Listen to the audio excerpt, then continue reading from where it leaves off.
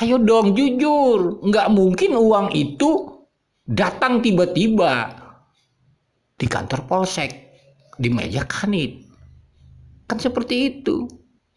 Tidak mungkin rasanya Yoris sendirian datang ke TKP. Waktu kemarin mungkinnya saya sama kepolisian ke sana ke TKP ya keadaan barang titipan bilang itu bukan barang bukti karena kami tidak melaksanakan penyitaan. Itu ada di meja saya, yang sudah ada di meja. Saya nggak tahu awal-awalnya dari mana. Meja SD. Iya. Salam analisa, salam kehidupan, salam sehat. Sahabat-sahabat Akah, tolong disimak sampai habis biar tidak gagal paham. Jadi di sini masalah uang 30 juta lah, 400 lebih lah, kurang lebih 30 juta saja, perhiasan dan sebagainya.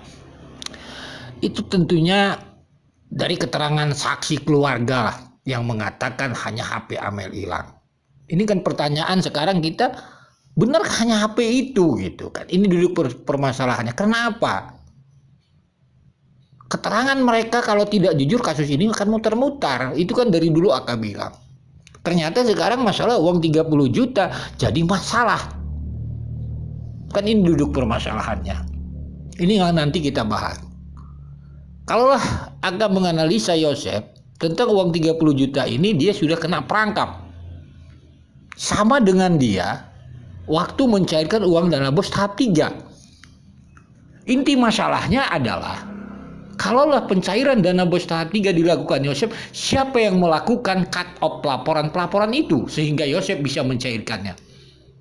Begitu juga tentang uang 30 juta yang diambil di kantor polsek. Kan siapa yang mengambil uang itu di TKP? Ini kan duduk permasalahannya. Inilah yang selama hari ini dalam analisa Aka, ya mungkin penyidik tidak mendalami tentang itu. Nanti dari keterangan saksi K, seorang kanit, dia nggak tahu menau. Ini kan luar biasa. Padahal ini sudah lama agak bahas barang bukti ini. Lalu bagaimana lah ini bisa dikatakan tidak menjadi barang bukti?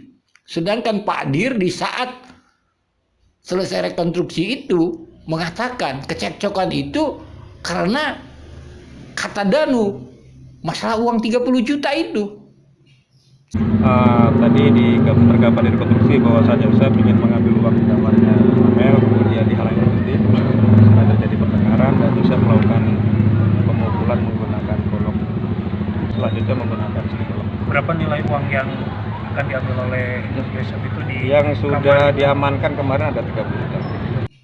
Sekarang uang 30 juta itu mungkin dijadikan barang bukti. Ini kan kekacauan sahabat-sahabat Aka. Apakah memang dalam analisa Aka Yosef ini sudah ditargetkan?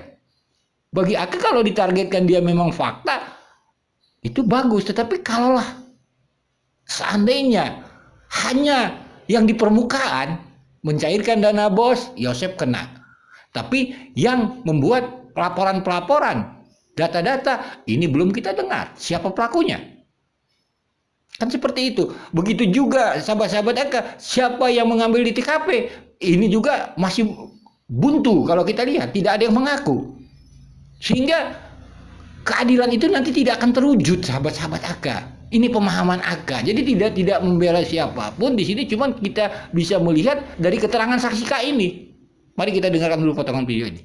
untuk barang mungkin ya nggak ada yang hilang ya kecuali HP Amel yang 3 itu mungkin ya itu yang hilang. Soalnya pas waktu katanya di ini pas kemarin cek uang yang 30 juta untuk gaji guru masih ada. Terus ATM Mama sama Amel masih ada. Terus emas juga masih ada sih, masih ada, jadi nggak hilang. Waktu kemarin mungkinnya saya sama kepolisian ke sana ke TKP ya keadaannya berantakan banget sih. Saudara tahu ada perhiasan atau uang tunai ada, saudara tahu? Tahu. Tanggal 25, itu tanggal 25 Agustus jam 10. Pak Yosef, kemudian Pak Ilham, kemudian tidak ingat Ya. Mereka sudah ada di ruangan saya, di ruangan resmi. Siapa? Pak Ilan, Pak Yosef, tanggal 25 itu. Pak Irlan, Pak Yosef. Iya, sudah di ruangan saya. Dia menyampaikan mau ngambil barang titipan.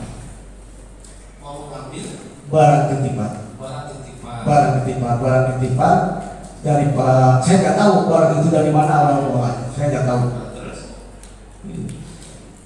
Dia akan mengambil, katanya itu uang gaji yang belum sempat dibayarkan. Siapa yang bilang? Itu Pak dengan Pak Yosef juga bilang demikian. Pak Irlan nggak begitu. Iya, Pak Yosef juga nggak iya. begitu. Gaji guru yang belum sempat dibayarkan. Kasih bulan sempat dibayarkan. Nah terus ada uangnya. Ada. Dikasih. Karena saya barang titipan bilang itu bukan barang bukti karena kami tidak melaksanakan penyitaan. Kemudian menyambung tadi pertanyaan Ketua Majelis mengenai uang. Uang itu ditemukan kapan? Saya tidak tahu, tidak tahu asal usul. Kemudian selain uang, apakah ada perhiasan? Ada perhiasan. Ditemukan kapan? Saya juga tidak tahu karena itu satu paket di situ. Itu yang menemukan apakah tim dari Polres atau tim dari Polsek? Saya tidak tahu yang mulia. Terus cuma keberadaan uang dan perhiasan tersebut saudara tahu. Pada saat saya serahkan, itu saja yang saya tahu. Yang saudara serahkan ke Pak Yosef dengan Pak Mulyana waktu itu ada. pada saat uang dan perhiasan tersebut berada di Polsek. Itu ada di meja saya, yang sudah ada di meja. Saya nggak tahu awal-awalnya dari mana. Itu yang saya tahu waktu itu tanggal 25 waktu dimintai penyerahan. Itu aja. Kalau misalkan saudara bilang dari olahnya 18, seminggu setelah olah tersebut ada di meja saudara uang dan perhiasan. Saya tidak tahu, yang jelas kita kan menyerah atas perintah beliau ini, atas perintah Ibu Kapolres. Penanganan dilimpahkan ke Polres tanggal 20.